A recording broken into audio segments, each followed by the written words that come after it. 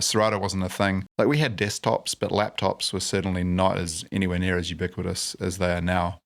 Sort of the pre-Serato age. In the early 2000s, I was playing some club gigs, but again, it was all records. And then a friend of mine was like, hey, have you heard about this Serato thing that these guys are making locally? Yeah, they're doing this thing where you can play back MP3s on your computer using basically your standard system. And that was like, what? That didn't make any sense.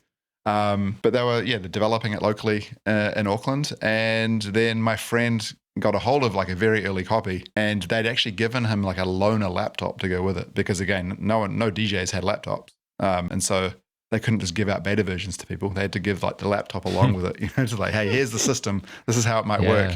The original Serato Rainbox, the great thing about it was you could plug it into any existing DJ setup. And we started playing with it. And I was like, wow, this is incredible. But, the problem back then is we didn't have music. Like all of our music was on vinyl. It was just kind of, there were CDs. It was the kind of the Napster, beginning of like that era. Yeah. There was still this challenge of how do I get music onto my computer? So it was, it was cool. But there was almost like that barrier then. But slowly, like locally, we started using it. And I think like I was probably one of the first local DJs to adopt it, for club gigs. And it wasn't an overnight thing. It was very much one of those, do I trust this?